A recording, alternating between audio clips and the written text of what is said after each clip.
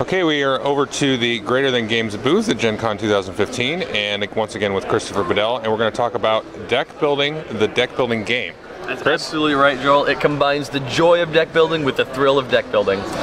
So this is a game that is obviously based on the joke of deck building as a game mechanic, and then deck building as putting a porch on the back of your house. But it was an idea that I had a long time ago, and we were just talking about it. It's like, okay, well, how would that work? And just figuring out how I would make that game. Like, oh, well, this actually works. It's a lot of fun. It's a real game. We should make it. And so we did.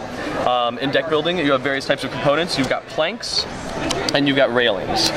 So in your planks, you've got, let me find an ornate railing here. There we go. So you've got rotten planks, pine planks, cedar planks, and mahogany planks. Of course, the rotten planks are the worst, and the mahogany planks are the best. You also have normal railings and ornate railings, and then you have stairs, which act as a railing wild card.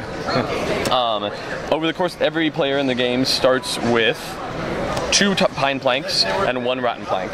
And on your turn, you have 2 actions, and those 2 actions can be any of 3 things. The 3 things you can do is you can purchase. So I've got 5 screws in hand. You can see that I have 2 screws on each of the pine planks and 1 screw here. So those are my purchasing powers. I've got 5 screws in hand.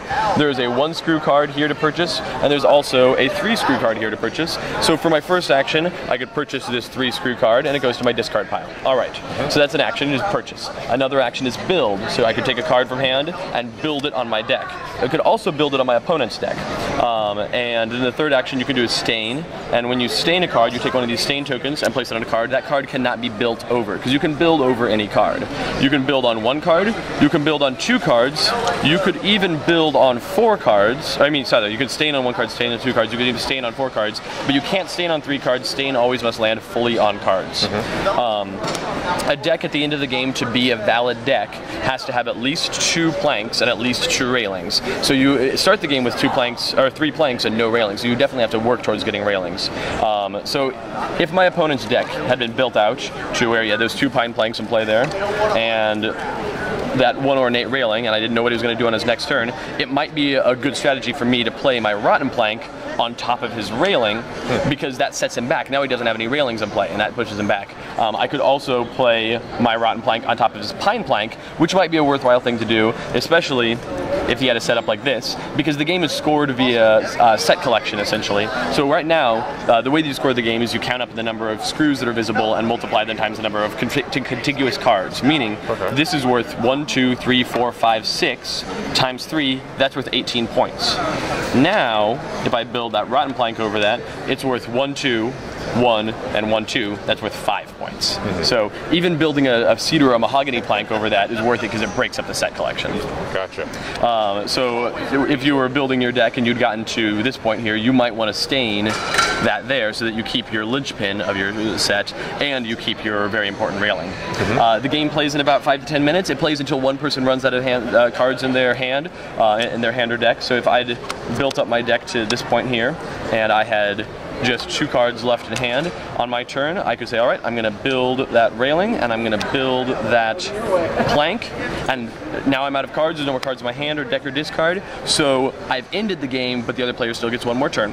And they can try to build up as much as possible. However, I'm pretty pleased with this deck, since that's a railing wild card. That's worth 1, 2, 3, 4, 5, 6, 7, 8, 9 times 3 is 27 points by itself, and then another 8 here, another 4 here, so that's worth a ton of points. Okay.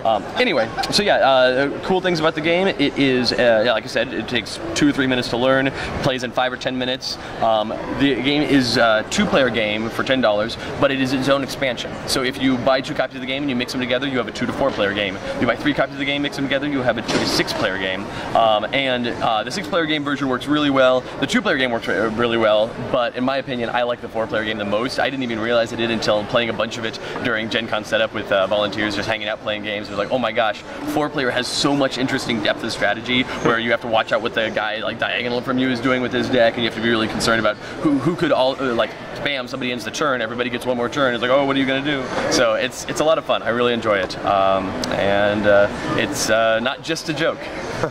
Great, thanks, Chris. Thank you.